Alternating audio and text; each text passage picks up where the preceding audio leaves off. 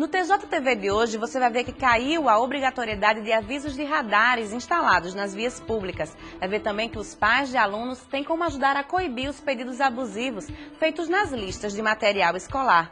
E ainda, fique atento aos prazos para receber os comprovantes de quitação anual de débitos. Não saia daí, o TJTV está só começando.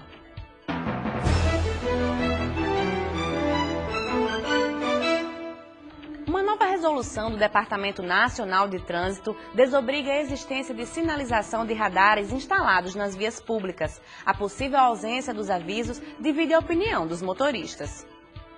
A maioria dos motoristas parece concordar com a nova resolução. Para eles, sem o aviso de que existem os temidos radares nas ruas e avenidas das cidades, inevitavelmente a atenção e responsabilidade no trânsito serão redobradas. Acho correto. Porque eu acho que a gente tem de andar com prudência. O condutor tem que se conscientizar das suas obrigações para com o trânsito e procurar se livrar. Os poucos que discordam da nova resolução argumentam que, desavisados, os motoristas cometerão mais infrações. E isso, na opinião deles, servirá, por um lado, para turbinar a arrecadação do Estado e, por outro, para aumentar o número de multas. Alguns sequer conheciam a nova lei, mas acreditam que a população vai sair perdendo. Para o usuário e o motorista não tem vantagem nenhuma. Eu acho errado, é muito bom a gente ter conhecimento do que poderia acontecer. Agora, se a pessoa prosseguisse no erro, aí tudo bem, né? Ser punido, né? A Resolução 396 de dezembro de 2011 desobriga o poder público de informar nas placas de fiscalização eletrônica a existência dos radares que notificarão o cumprimento da velocidade permitida. Devem permanecer, no entanto, as placas sinalizadoras da velocidade permitida. O chefe do setor de tráfego da Polícia Militar, Tenente Stevenson Valentim, afirmou que a questão é meramente educativa, ou seja, é só cumprir a lei que se evitam os problemas. Se todo cidadão, se todo condutor respeitar o CTB, que eu já disse, eu acho que não tem nenhum problema, nem com as polícias, nem com a Rodoviária Federal, nem com o CPRE, que é estadual, com ninguém. Respeitou a lei, respeitou a velocidade, respeitou a sinalização, respeitou o que o policial está determinando, então não terá problema e a vida que sim, que é o bem indisponível, tem que ser preservado. O tenente discorda da opinião de que, sem o aviso antecipado, os motoristas cometerão mais infrações e alimentarão uma suposta indústria da multa. Essa fiscalização eletrônica não é colocada em lugares que realmente geraria isso. A fiscalização eletrônica, como todo mundo sabe, ela é colocada em lugares de grandes fluxos e lugares críticos. O que são lugares críticos para a gente? Lugares onde tem grandes ocorrências, lugares que as pessoas excedam as velocidades e possam causar algum tipo de acidente naquela via. Então, a relação da gerar a indústria, gerar multas, o Estado não tem essa pretensão. O Estado não prevê isso. O Estado prevê preservar vidas, dar segurança às pessoas.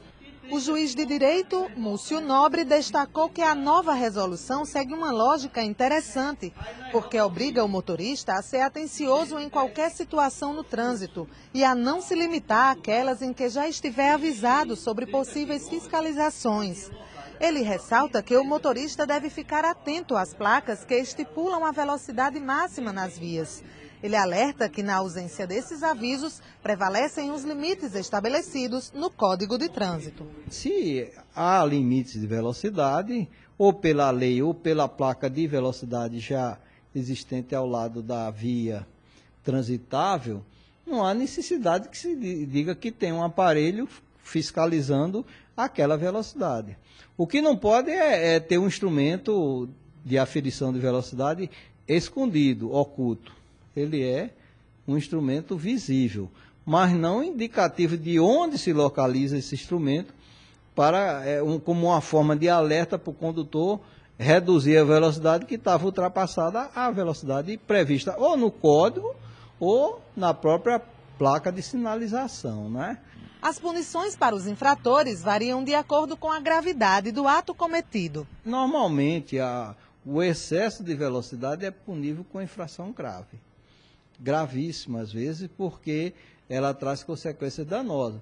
A velocidade inferior, ela nunca é punida na prática, Mas se for punida, não pode ser punida com a infração grave ou gravíssima, porque o dano dela não é tão grave assim, embora ela possa fazer com que o condutor tenha que se desviar daquele que vai vagarosamente na via, fazer uma ultrapassagem, nessa ultrapassagem haver um acidente. Aí vai depender do fato concreto, certo? No próximo bloco, PROCONs pedem vigilância dos pais de alunos sobre a lista de material escolar. De 6 a 9 de fevereiro, a Unidade Móvel da Justiça Itinerante presta atendimento no bairro do Bom Pastor, na Escola Estadual Jean Mermoz, que fica na rua Barão de Mauá.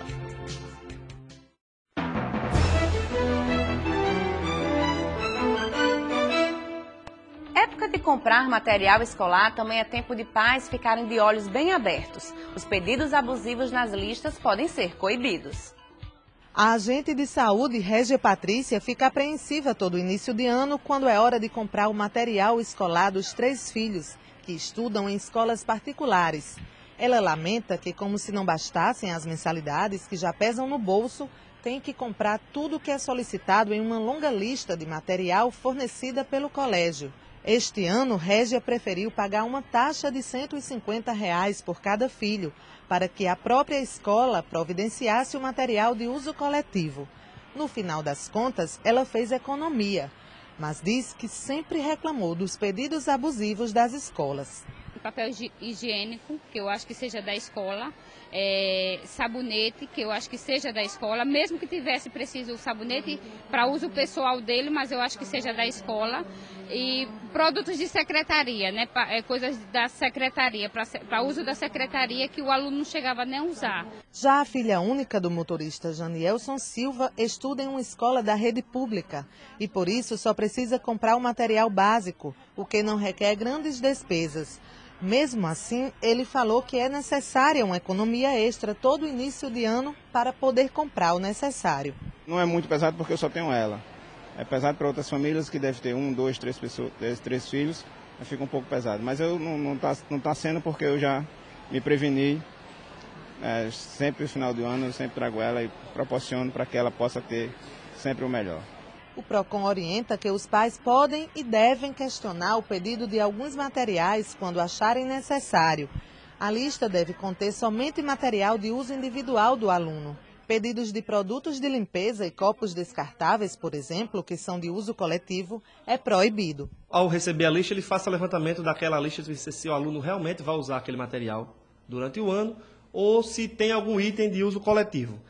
Constatou alguma dessa situação, ele pode procurar o nosso órgão para saber se aquele material ali, aquele item, realmente vai ser aplicado no ensino pedagógico da criança ou não. Muitos pais têm procurado o PROCON para tirar dúvidas quanto ao material que devem adquirir para repassar à escola. O órgão de defesa do consumidor tem alertado que a compra não deve ser direcionada para determinado estabelecimento e que alguns itens não podem ser fornecidos pelo aluno. O PROCON tem fiscalizado, segundo o coordenador, de forma veemente neste início de ano, o cumprimento da lei. A gente, como órgão de defesa do consumidor, a gente vai até o estabelecimento, passa a orientação para eles para que eles possam corrigir essa irregularidade e, não sendo feito, a gente vai atuar com o nosso poder de polícia e vamos notificar a escola e abrir um processo administrativo de sanção. 2 leis, uma de âmbito federal de número 9.870 de 1999 e outra municipal de número 6.044 de 2010, em Natal, falam sobre a adoção de material escolar nos estabelecimentos de ensino da rede particular. A juíza Sulamita Pacheco dá orientações aos pais de alunos. A escola ela tem a obrigação de utilizar, de ter em seu estabelecimento materiais como papel higiênico, como copos descartáveis, é uma obrigação da escola.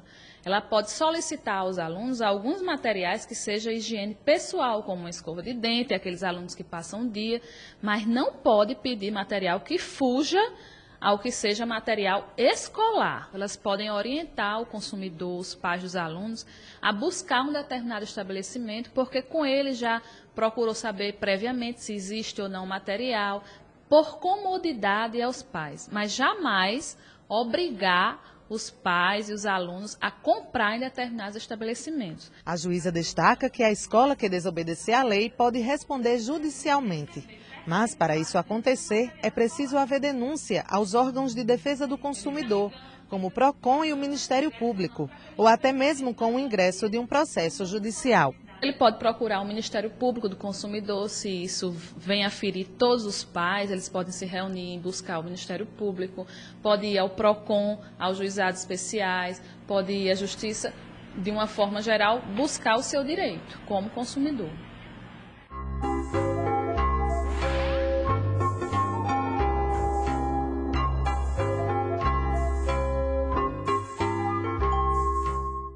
Ele está sempre alerta, esperando as pessoas falarem nas ruas as dúvidas sobre o juridiquês. Aí então ele corre atrás da explicação. Olha aí mais uma vez.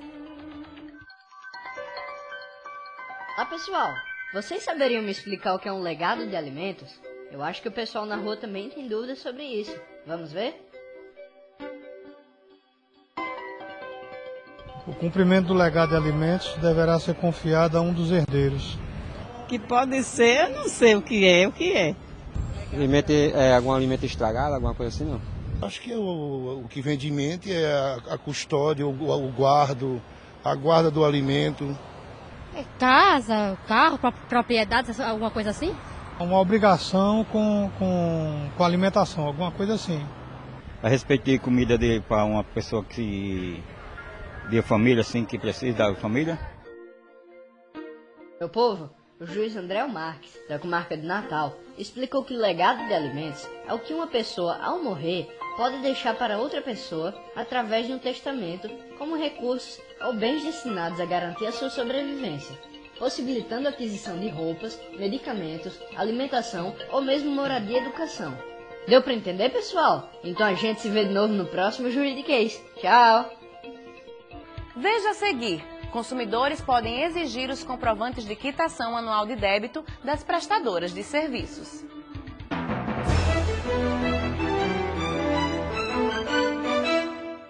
As prestadoras de serviços públicos têm a obrigação de fornecer todos os anos os comprovantes de quitação de débito do ano anterior aos consumidores. Quem não receber pode exigir do fornecedor. Rita Dantas foi ao PROCON estadual reclamar que a universidade particular, onde a filha estuda, está cobrando indevidamente 2 mensalidades já pagas. Ela tem os comprovantes que confirmam a quitação das parcelas, mas a instituição de ensino não forneceu o extrato anual e vem impedindo a estudante de se matricular regularmente neste ano letivo. Rita não sabia da existência da Lei 12.007 de 2009, já em vigor desde 2010, e que, se fosse cumprida, poderia ajudá-la a resolver o problema. Se eles não mandassem o comprovante, mas pelo menos atualizassem o sistema, a gente não estava com esse problema, já que estou com todos os comprovantes em mãos, entendeu?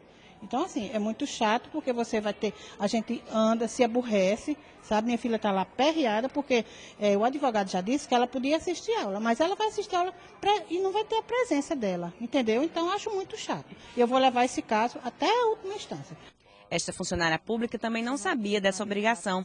Ela afirma que nunca recebeu o comprovante anual com a quitação dos débitos, mas garante que agora buscará esse direito. Chegando a conta detalhada na minha casa do ano todo, seria muito importante para a gente saber quanto gastou e não guardar tanto comprovante. Com um só comprovante resolvemos uma porção de coisas. A lei é clara ao dizer que as pessoas jurídicas, prestadoras de serviços públicos ou privados, são obrigadas a emitir e a encaminhar ao consumidor uma declaração de quitação anual de débitos, claro nos casos de quem está com pagamento em dia. Esse comprovante deve chegar às residências até o mês de maio do ano subsequente, mas apesar da existência da lei, muitas empresas não vêm cumprindo com a determinação. Quase nenhum, raramente os fornecedores que enviam e não atendem o que está na lei, mas nós estamos orientando aos consumidores que busquem esse seu direito, porque é importantíssimo guardar, e principalmente quando você tem 12 pagamentos no ano e tem num único documento a quitação desse ano todo. O coordenador do PROCON observa que sem a reclamação por parte da sociedade, fica difícil para os órgãos fiscalizadores sanarem o problema. Até agora, nenhuma denúncia chegou ao PROCON estadual no Rio Grande do Norte. Ele orienta os consumidores que se sentirem prejudicados a buscarem os seus direitos. É importante que o consumidor procure e busque, procure o PROCON, para que seja cumprido o que está determinado na lei, porque é muito importante a quitação desse recibo. Esse recibo serve para várias coisas, para comprovar o pagamento, para um detalhamento, talvez às vezes no imposto de renda, e para que alguma restrição que ele tem em algum órgão, ele está com aquilo tudo quitado, pago e pode provar facilmente. Então, a orientação é exatamente essa do PROCON. A juíza Ana Cristina Maia alerta que as empresas devem ficar atentas, porque ao desobedecerem à lei, estão sujeitas à punição, tanto na esfera administrativa quanto na jurídica. Se ele não receber, ele pode procurar o judiciário para formular esse pedido. E o judiciário pode determinar à empresa que faça essa entrega, que remeta esse documento sob pena de multa, por exemplo. E também o consumidor pode procurar o PROCON, e o PROCON, na hipótese de constatar uma falha da empresa com relação ao cumprimento dessa obrigação, ele pode impor multas a essa empresa. Todo mundo sofre injustiças e as dúvidas sobre como agir para repará-las, nós ajudamos você a sanar aqui, no quadro De Olho no Seu Direito.